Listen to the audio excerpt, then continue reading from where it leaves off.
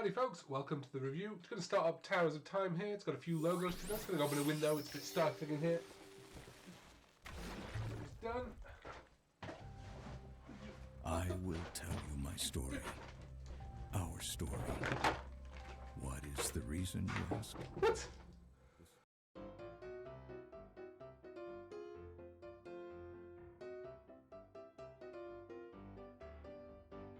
Okay, come on now, Event Horizon, that was just impolite. It goes logos, title screen, then you can start narrating the plot. Who narrates the plot over the top of the logos? It's the fastest I've had to move since March. Anyway, let's get back on with it, shall we? Once again, howdy and welcome folks. We are going to take a look under the Swindie here. If you are not sure what a Swindie is, check out the video in the description, after watching this one of course, where I do explain a little bit more about what I use that term for. Have to say, when I was looking for Swindies, I did not expect the second one I pulled out of the mire that is the Nintendo eShop to be a 40-hour action RPG with really in-depth leveling and combat mechanics. But such is my lot.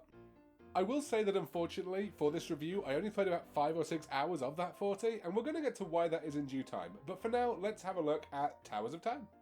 The first thing that struck me when playing Tower of Time was actually its story and generally its writing. We're doing the standard Tolkien stuff here. Elves exist, dwarves exist, orcs exist, magic is a thing that just exists. It's all a little bit like Alicia Fox in the WWE during the 2010s. The story did seem to be going somewhere though. The story with magic in the game world, that is. The story with Alicia Fox never went anywhere. But the characters do all have some nuance to them. Our resident tank, for example, is Kane, a shield guard who comes off originally as this sort of knight archetype, duty is all sort of character.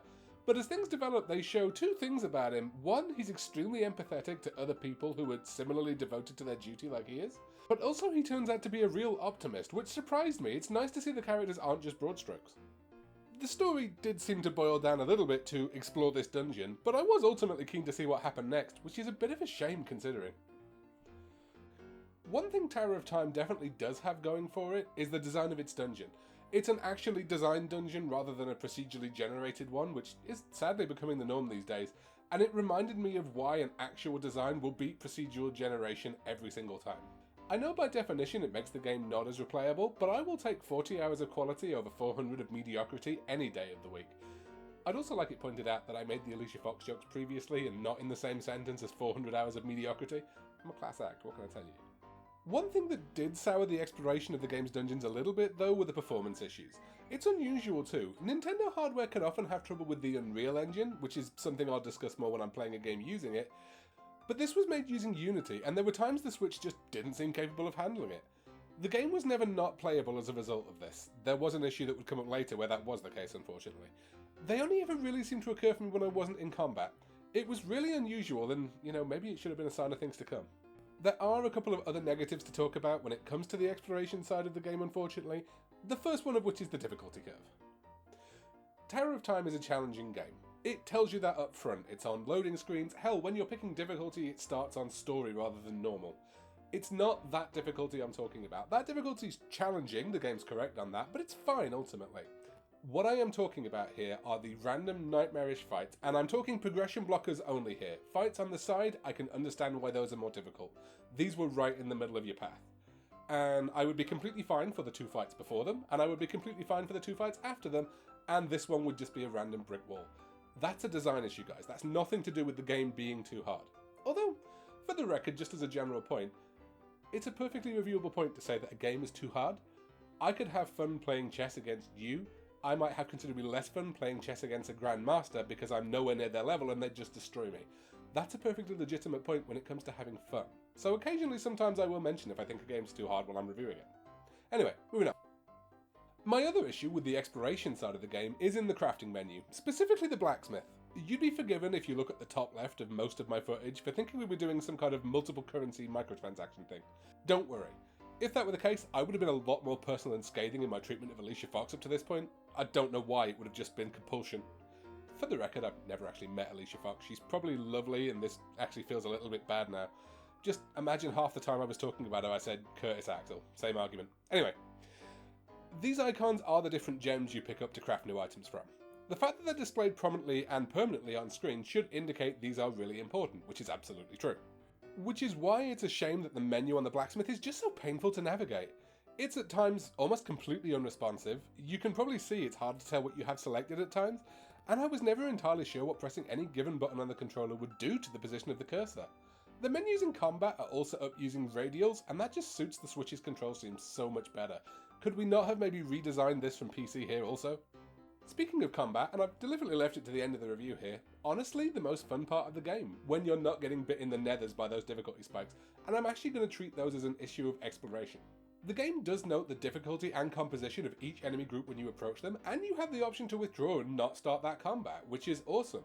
There is a problem though that the game doesn't really allow for XP grinding or anything like that, and these are usually blocking progression routes, so really there is nothing you can do other than face them.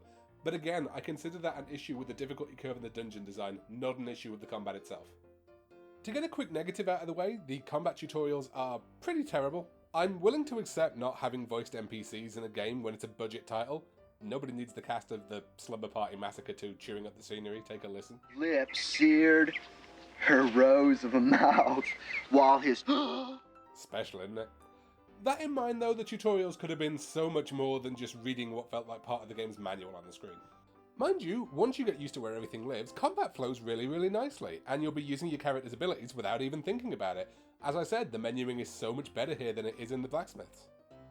Combat for the most part follows the holy trinity of tank, healer, DPS, and trying to keep threat on the tank while enemies approach from multiple sides and unleash different abilities is really fun.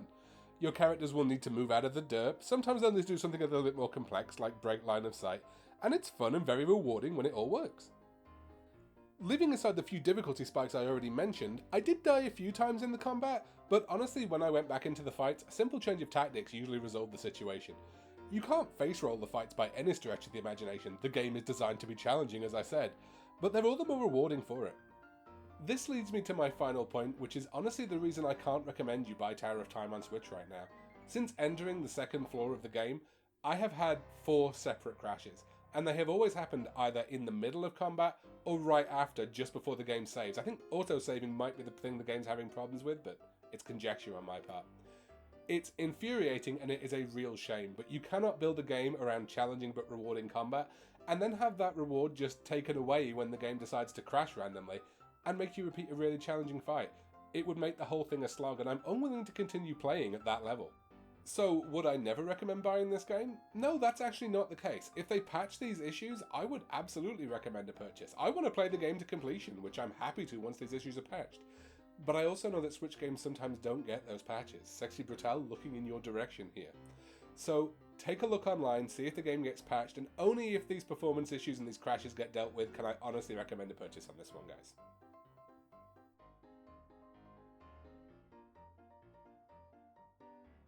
Howdy folks, I hope you enjoyed whatever I had to say about whatever video you just watched, because generic endings are fun like this.